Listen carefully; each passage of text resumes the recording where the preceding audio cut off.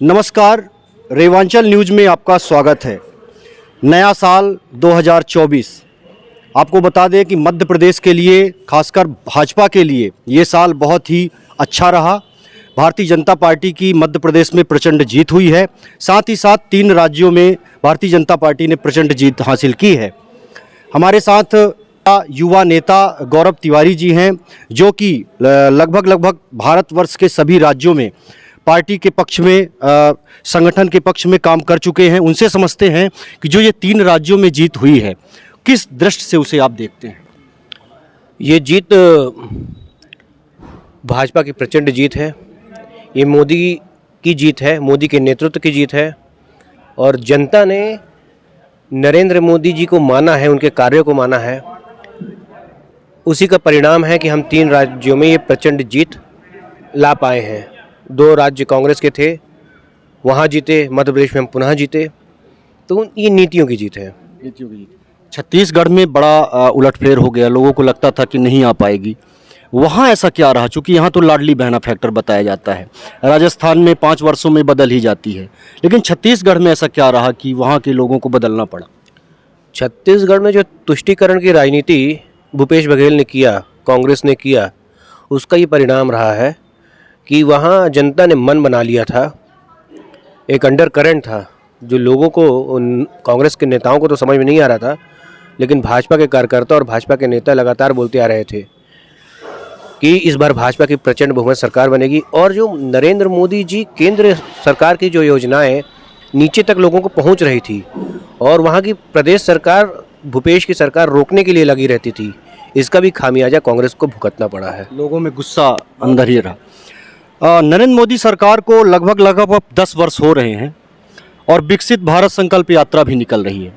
क्या मानते हैं 2014 से लेकर 24 तक में भारत में क्या बदलाव आया, मुख्य रूप से जो संक्षेप में अगर जानना चाहें? भारत आज की डेट में विश्व की 5वीं सबसे बड़ी अर्थव्यवस्था है। ये छोटी बात नहीं है। 300 आर्टिकल समय 370 आर्टिकल खत्म हुए। राम मंदिर, भगवान राम का, जिसको सैकड़ों वर्षों से भारत की जनता जिसका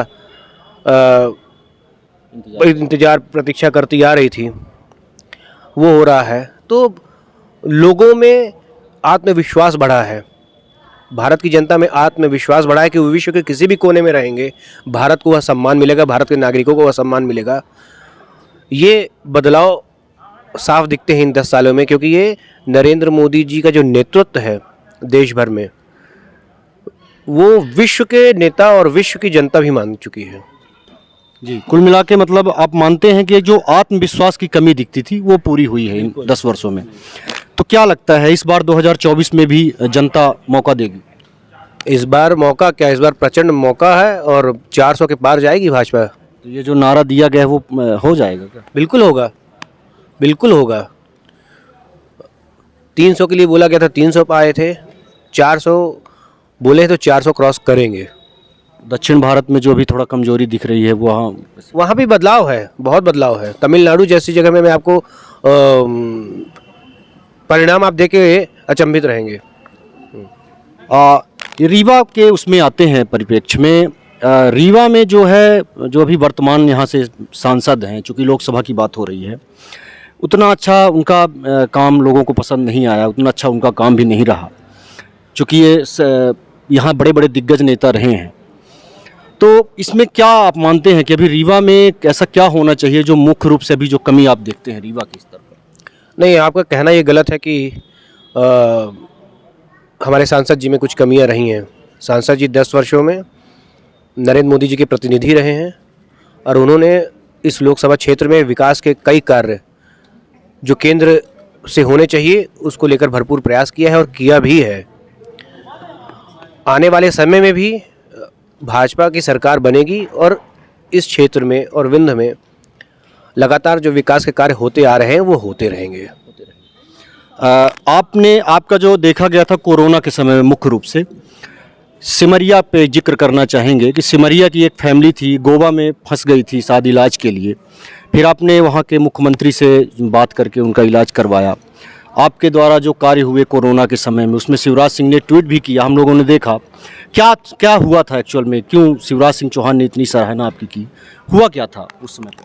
अब ये हम वो उनका आभार है, उनका बड़प्पन है कि उन्होंने एक कार्यकर्ता को देखा कि काम कर रहे हैं, उनको ऐसा लगा कि किसी कार्यकर्ता का उत्साह बढ़ाया जाए। और हमारे नेता कार्यकर्ताओं का उत्साह बढ़ाते रहते हैं, इसीलिए कार्यकर्ता आगे लगा रहता है कामों में।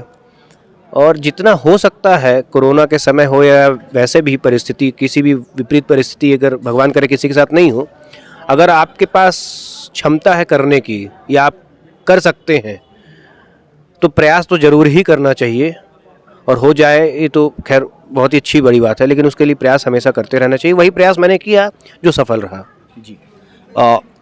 कुछ क्वेश्चन और है सर, ये आपने अभी दिल्ली में वंदे भारत ट्रेन के लिए मांग की थी अश्विनी वैष्णव जी से। उसके अलावा आईटी हब बनाने के लिए भी रीवा में आपने मांग की थी। तो वंदे भारत तो लगभग पूरा ही हो गया है, ये आईटी हब बनाने के लिए आपको क्या आश्वासन दिया गया था, आगे वो कब तक पहुंच पाएगा? एक प्रक्रिया है, थोड़ा इसमें समय लगता है। वैसे भी यहाँ पे आईटी पार्क माननीय राजेंद्र शुक्ला जी के प्रयास से आ ही गया है, और जब केंद्र इसमें आएगा तो उसका और बड़ा विस्तार होगा। थोड़ा एक प्रक्रिया है, समय लगेगा, लेकिन होगा वो भी। पिछली बार जो है लोकसभा के चुनाव के समय में आपका नाम तेजी से चुनाव के लिए आया था प्रत्याशी के रूप में, और लगभग ये माना जा रहा था कि आप रहेंगे। इस बार क्या तैयारियां हैं? अगर पार्टी मान लीजिए आपको मौका दे देती है तो आप पूरी तरह से तैयार हैं? देखिए, नाम आना, देखिए हम तो काम करने वाले आदमी हैं, कार्यकर्ता हैं, काम करते रहते हैं। स्वाभाविक तौर पे आदमी काम करता है तो लोगों की नज़र में ये होती है तो नाम आता है। हम लोग काम करते रहते हैं, और कोई भी जवाबदारी संगठन जो देता है तो एक कार्यकर्ता उसके लिए हमेशा तैयार रहता है। और हम बाकी ऐसी कोई चेष्टा नहीं करते हैं, काम करते रहते हैं। बाकी सब संगठन पर और हमारे जो माननीय नेतृत्व है। ये मैं इसलिए पूछ रहा हूँ कि इस समय पर बदलाव बहुत तेज़ी से हो रहा है। ऐसे ऐसे मुख्यमंत्री बन गए जिनके बारे में कोई भी सोच नहीं सकता था। पार्टी चेंजिंग के मूड में है पूरी तरह से। तो अगर पार्टी मौका देती है तो क्या विजन होने चाहिए आपकी दृष्टि में रीवा के लिए? देखिए, वही तो मैंने आपको कहा ना कि पार्टी कार्यकर्ता को जो कहती है कार्यकर्ता वो करता है। हमारे संगठन में ये पद्धति रही है, और हमारा विजन, नरेंद्र मोदी जी का जो विजन है, उसी के आधार पर हमारे नेता और पूरा संगठन और कार्यकर्ता काम करता है, जो देश हित के लिए होता है। और जिस तरह से हो रहा है तो अपने आप में साफ दर्शाता है कि एक भाजपा ही ऐसी है जो बड़े विजन लेके, भविष्य का विजन लेके काम करती आई है। वो आगे का 50 साल सोच के काम करती है, जनता का हित देखती है, समाज का हित देखती है, क्षेत्र का हित देखती है, देश का हित देखती है। क्योंकि आप युवा हैं, युवाओं का दर्द आप समझते हैं। रोजगार के संबंध में मैं बात कर रहा हूँ, उसमें कहीं ना कहीं रीवा भी पीछे है। इस दृष्टि पे थोड़ा सा ये एक प्रमुख मुद्दा है, रोजगार। और मुझे लगता है कि आने वाले समय में भाजपा की सरकार रोजगार उपलब्ध और कराएगी और बढ़ाएगी। अभी लगातार जिस तरह से रोजगार मेला लगाकर रोजगार दिए जा रहे हैं और बताए जा रहे हैं, जैसे अभी उत्तर प्रदेश में भी हुआ, कई जगह हुए हैं, तो एक प्रमुखता के साथ नरेंद्र मोदी जी ने बड़े लार्ज स्केल में रोजगार उपलब्ध कराए हैं, और ये प्रक्रिया चालू है। आने वाले समय में इसके सकारात्मक परिणाम दिखेंगे। आप नए वर्ष में रीवा लोकसभा क्षेत्र के वासियों को क्या संदेश देना चाहेंगे? उनको बहुत नए वर्ष की बहुत बधाई, बहुत शुभकामनाएं।